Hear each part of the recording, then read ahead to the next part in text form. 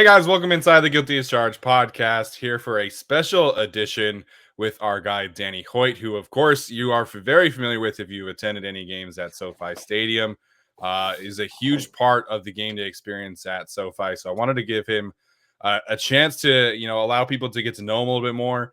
Really excited about this conversation. Danny, thanks for taking the time to join me. How are you doing today? I'm doing great, man. Thanks for having me. This is we actually finally got to meet in person. I know we've seen each other on socials, Yeah. and then I was filming that little spot, and you came up and you're like, "Hey, I'm Stephen Hackett." I was like, "Great to finally meet you." So yeah, thanks for having me on, man. This is awesome. Yeah, man. Happy to do it.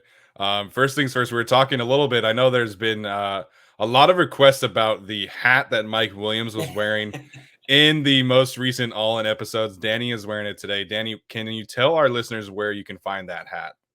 Yeah, I did a lot of research. I think there's a very similar one offered by Aviator Nation, but the actual one that he was wearing it's like a pronounced, actually stitched in bolt, and it's from a shop called Local Beach. And it was like $30. I ordered it and it was at my house in less than 48 hours, and that wasn't on Amazon Prime. So pretty Dang. impressive. I know. Very Let's go. impressive. Let's go, small business owners. I Yeah. respect that. Crushing it. Absolutely crushing it. Well, this is going to be really fun, man. I'm excited to do this because you have obviously a unique experience, working at SoFi Stadium, and you did the StubHub games too, if I remember correctly, right? StubHub and technically Dignity Health Sports Park as well. We had a little switch somewhere in like the second to third year. Yeah, I did. Yeah, so I came over the year that we moved to LA. I auditioned just like everybody else. I actually remember right before the show we were talking about Louis, and Louis and I were at the audition at the same time. And usually at auditions, I don't know if you've ever been to auditions, or for people that have no idea, usually auditions you don't see a lot of the other people auditioning that you're going up against, but sometimes you do, and then you feel this added pressure. So I didn't know if him and I were auditioning for the same role or different roles. And so I remember seeing Louis there, and I had no idea who he was at the time. And then we both ended up getting roles in different capacities, and now here we are, 5 years later, which is cool. Yeah, I mean, you guys do such a great job. When you did the audition, did you audition for the PA spot too, or did you have specifically your current role in mind when you went to that audition? It's a great question. So I auditioned for just the game day host role. And the PA was filled by a guy named Eric. He's also the voice for the Clippers. And I believe he does either the USC Trojans or he does UCLA as well. He's a pretty well-known PA broadcaster voice in the LA area. And so he was our broadcast guy, like PA guy at the time. And so I auditioned for the game day host, and I'm not sure how Louis and I didn't even really get to work together. I didn't even really know him my first season. I was doing my part and he was doing his part. And but yeah, I remember the audition. It was a 7-page audition. And I mean, it was everything from doing sponsored spots to making up stuff on the spot. And I'm at the 50-yard line of Dignity Health or Home Depot, StubHub, whatever it was at the time. Yeah. And there was like 12 people in suits up in the stands that I didn't have any idea who they were. I figured one of or two of them was some lineage of the Spanos family. And I knew one lady there who got me in, and then I knew Jay Flats, who was there. I don't know if you know who Jay Flats is. I don't. He was the in-arena host for the LA Kings, who I took over for him at the LA Kings. He was there like 10 years. He does the Giltinis now, a rugby team. And he's kind of another well-known guy. And so he was the guy at the middle trying to help us do this audition. And he was so generous and kind of helped me figure out my way. And here we are 5 years later, man.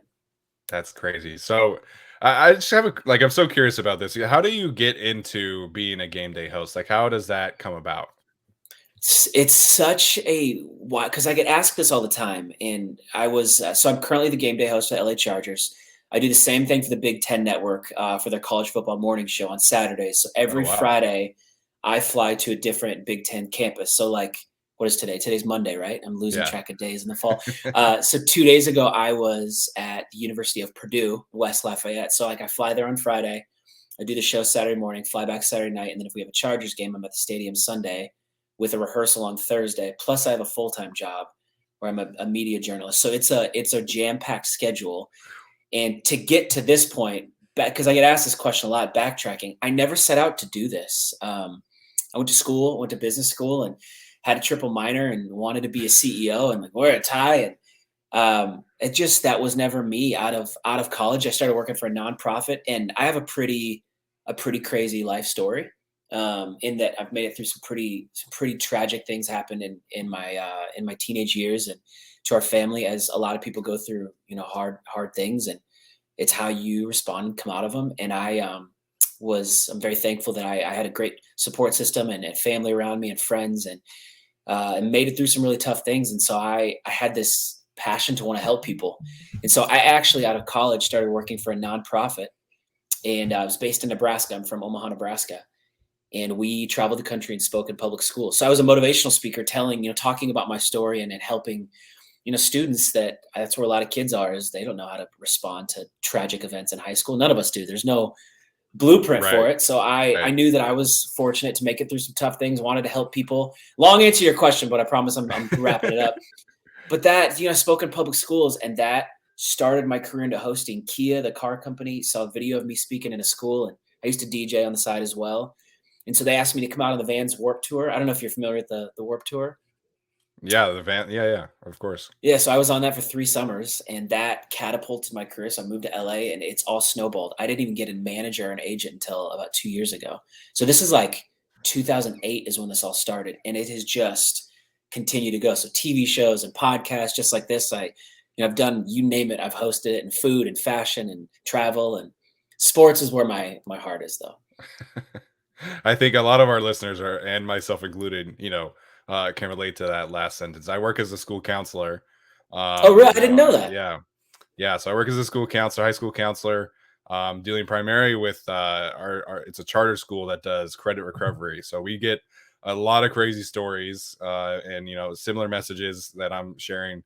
I'm sure you shared with the students that you spoke at. And so it's funny how football can bring some unique people together. And that schedule, dude, like that's a lot of travel, that's a lot of football, it's a lot of interacting with people, but I think you guys bring a great energy to it for sure. I appreciate that, man. Yeah, I know it was a long answer to your question, but yeah, that's the journey is wild. I think it was everybody pronounces his name different, Nietzsche or Nietzsche, however you pronounce his last name, but he said the patterns of which life crisscross and our inacquaintances, or our intersection of acquaintances, is endlessly fascinating, or something like that. And it's so true, because you never know what interaction or what relationship is going to open the door to where you are. And the reason I even found out about the Chargers audition was because I was super kind to this woman, and she remembered me and said the Chargers are looking for a game day host. I don't know if you'd be interested, and got the audition. I mean, you never know who's watching or listening. And I try not to treat people with like, what can I get back from you in return? But you just treat people the way you want to be treated. And that's the way I was raised, and it has opened amazing doors. And this is one in particular that has been, it has to be, if not the best, it's tied for the best door. I think my girlfriend, I'd have to put the door that opened meeting the love of my life has to be tied up there. But yeah. I think I would agree with that order for sure. Not that my opinion matters here, but I think I would agree with that order. I want to talk a little bit about SoFi Stadium, because I always say this when we are doing our show. If you're not planning to go to a game this year, I think you need to change your mind and get out there. When was the first time you got to tour SoFi or get in SoFi, and how do you think it kind of stacks up in terms of? I mean, you go to Big Ten stadiums every single week. How does SoFi stack up with the rest of the other stadiums that you've seen? I'm going to say this off the top. SoFi is hands down, far and away, the best stadium experience, top to bottom, that I've ever been a part of or experienced in my life. And I say that as someone who, another part of my job that I haven't told you about, I've hosted for the last 8 Super Bowls for the NFL. So I say that to give you context that each year the Super Bowl is at the newest and nicest. Yeah, and it's usually at the nicer stadiums. So Levi's when it opened, and Jerry World I've been in 4 or 5 times doing different events, and US Bank Stadium, and you name it, we've been at a lot of the nicest stadiums. And SoFi is, I mean, I'm talking like head and shoulders above anything I've been a part of. And there's some really, really nice stadiums, but I mean, from top to bottom, everything you experience there, even down to it's still, I've been in SoFi only, I can probably count it on my 2 hands, maybe 9 times at this point. If you count rehearsals, maybe like 15, which is for somebody that works there, not a ton. And every time I go, I'm learning new aspects of it, learning new little shortcuts.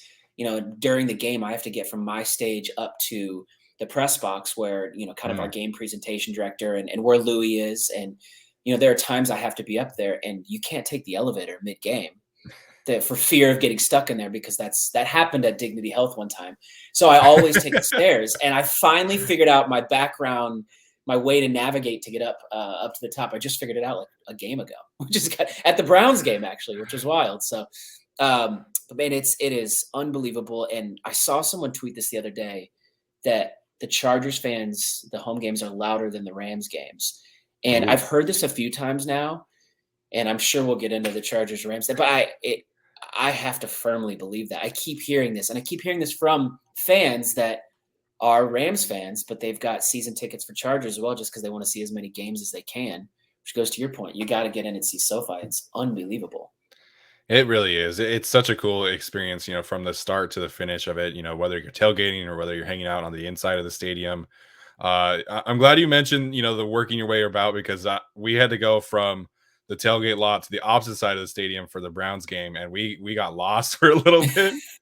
So we had to ask like every single person, like, okay, how do we get there? How do we get there? So that makes me feel good that 15 trips in, you're still learning your way around too. Yeah, absolutely. I think the first time I ever saw it, we did like the fan scrimmage. It was a fan event.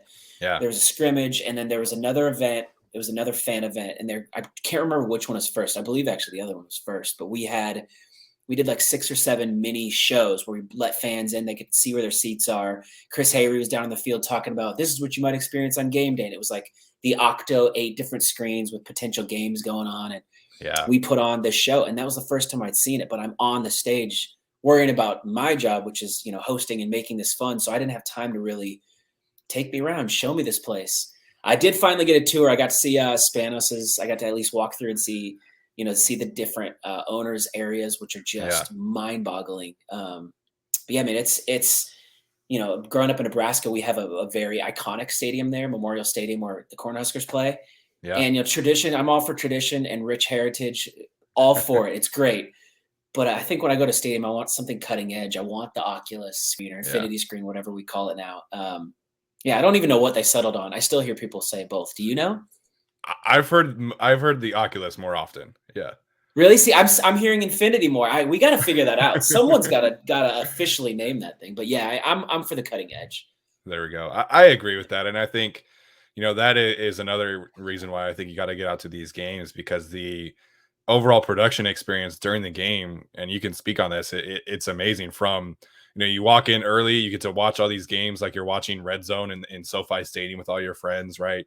During the game and leading up to the game, there's all these great hype videos and things like that. I didn't get to go to the Raiders game, but the videos of the breast cancer tribute that they did with kind of the pink rain was awesome as well. Maybe you can speak on that, because I think as fans, we're just like sitting there enjoying the show, but there's a ton of work that goes into that, I imagine. It's actually quite impressive how much work goes into making the game presentation. The big thing about Chargers games that we've always said is we want it to be an experience. We are putting on a show. It's not just run this video and that's a mini show, and then Danny, do this little hit about being a SoFi member and have fun with it, and that's its own mini show. The entire thing is built and organized to be a structured show that someone is coming to enjoy. So not only you get to watch this amazing product on the field, which we're very good this year, but you get to experience a show from the Thunderbolts and the pregame stuff, and even down to that Raiders game. We had some things planned if that power outage didn't happen. The little things we can do on our end as the game presentation production. We had this shot. I'm just going to say it. I don't even know if I'm allowed to, but I'm just going to say it anyway. We had this shot. We always try to do little things to rib the other team's fans. Not the team. I never, even when I do that little on the spot thing, when you and I met, I was filming that. It's always about the city or the fans. I don't want to diss the team, and it's all in good fun. But when the Raiders are going to run out, Louis does this thing where he goes, and now welcome to the field, them. And he doesn't ever say the name. And so the camera shot, which I love. It's like the little, we go over this stuff. Like, how are we going to introduce them? What song do we play? I remember at Dignity playing, when I can't remember which team, but we'd play like kind of a funny take on whatever the mascot is, like a funny cowboy song or whatever it is. Right. Yeah. And so I remember we had this shot. We were going to zoom in on the trash can right next to the tunnel. we had printed out a sheet of paper and just in large letters, it just said trash. Like we know it's a trash can, but we labeled the trash can. And so there's a sheet that just says trash in big letters. So the camera's going to start on the word trash and then just zoom out and let them just kind of run in. So little details like that, that goes to my bosses, and they think through everything, and they really work hard to put on a good show. So this Thursday, like I'll be at the stadium early in the morning, and we'll have 4 or 5 hours. We watch game tape just like the team, with the entire ops crew, the cam guys, the ladies up in the that are running the replays. Like all of us are together, and we watch the game tape. We go through and take notes, what worked, what didn't, how can we make this better, and then we go out and rehearse it. So we look at it as we are putting on a show. We want to make this special, make memories that people talk about forever. I'll never forget that Raiders game. Sorry, I know you weren't there, but I'll never forget that night. Just like I won't forget the Browns game. That was one of the coolest experiences of my life. We hit on all cylinders, and the team hit on all cylinders, and we walked out with the W. I think everybody rode high on that for 2 weeks. I still get goosebumps, That, really quickly, I know that there are so many of our listeners that are going to, love that little nugget about the Raiders trash can. That is just excellent trolling by you guys for sure. The Browns game, I said this to a bunch of people, and I said this on our show, that was the best game experience I've ever had in my life. Like, I think, the Cowboys game, even though we lost, right, it was an amazing experience, first time in SoFi. But to get that level of performance and offensive output from, the Chargers and the Browns, it was an amazing time for sure. Yeah, that back and forth, that last quarter. I mean, I don't usually lose my voice. That's part of my job. I have to keep my voice for a living. At that game, at the end of it, I felt like, are you a big NBA guy as well? I am. Yes. Okay, when the Suns finally made it to the finals and Chris Paul finally made it over that hump in his career and made it to the finals last year, when they won that conference finals game, he looked around, he kept just going, yeah. It was like you could see him realizing this moment of, oh my God, I did it.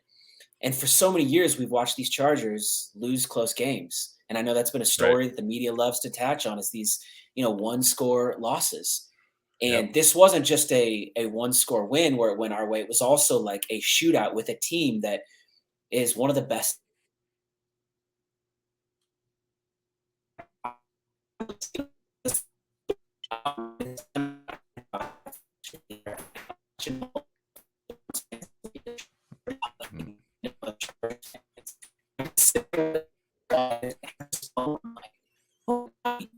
It was. Looks like we lost you there. Can you hear me okay, Danny? I never lost. What you heard me say? Sorry. That's okay. I think we lost you there for a second. I felt like you were about to deliver something special, but looks like you're back. What's the last thing you heard me say? You were talking about how the media like to attach, the one score narrative on the Chargers. Yeah, the one-score narrative. And so it felt like, not only did we flip the script and we won by the one score, but then the shootout back and forth, and every other second it was a victory because of touchdown, and then it was just soul-crushing. They scored again, and the flip-flop. And as I'm standing on the stage watching fans leave the stadium, I'm watching the Browns fans leave, and Chargers fans hug other random Chargers fans and jump up and down. Shirts were coming off, guys only. But, I mean, it was like, it's a PG show. But no, it was like you said, man. That experience, top to bottom. I walked out of there, and my voice. I called my girlfriend after. She was sick and couldn't make it. So I ended up giving my tickets away for that game. I think on Twitter. I think you actually probably favorited it or retweeted it, which I appreciate because it was a last minute thing. She could make it. I was like, I want to give these to somebody who's never experienced this so they could see it. And I gave it to some random guy who had never been to a Chargers game, and he was like 7 minutes from the stadium. And he even said, he was like, that was the coolest thing I've ever experienced in my life. So it really was fantastic. Effort all around for sure. And I tweeted the video of you guys doing the Titanic thing. Oh my gosh. What kind of I guess game day traditions are you guys hoping to kind of install, or what kind of been kind of your favorite traditions that you've done? Obviously there's like the charge chant, the drum line. What are some of your personal favorites there? Yeah, I think that we're seeing some new things get established right now, which is really cool. I think that We had a hard time finding an identity at StubHub and then Dignity Health Sports Park, just because it wasn't our own.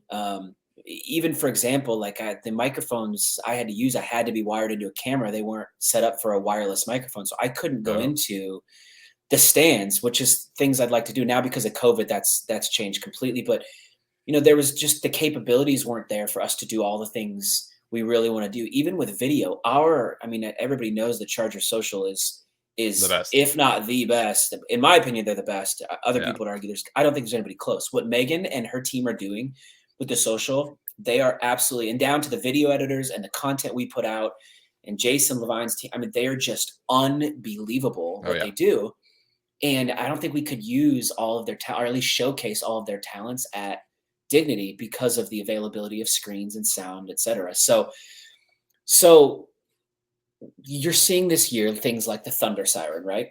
Hmm. So on defensive third downs, giving, whether it's a season ticket holder or just a fan that's dressed really well, or a celebrity, whoever happens to come by. I think like Big Boy did it the other day, and Lafitte Pincay did it. We're getting people to, like, on a defensive third down, and people get pumped. You wouldn't believe how many tweets or DMs I get where people are asking if they can do it. I'm like, please come by. I'll get as many people as I can on a game. We want to Yeah. build those traditions. So I had somebody actually tweet me the other day and said that I've got to do a better job. And they were mistaking me for Louis, but they said I've got to do a better job when we get a first down, where he goes, "That's good for another Chargers first down." And they wanted me to put a bigger pause between first and down so the Mm. fans can. And I hadn't really thought about that, but I agree. There are things like that I think we are just starting to establish. And even the drum line. So after we get a first down, Louis says that.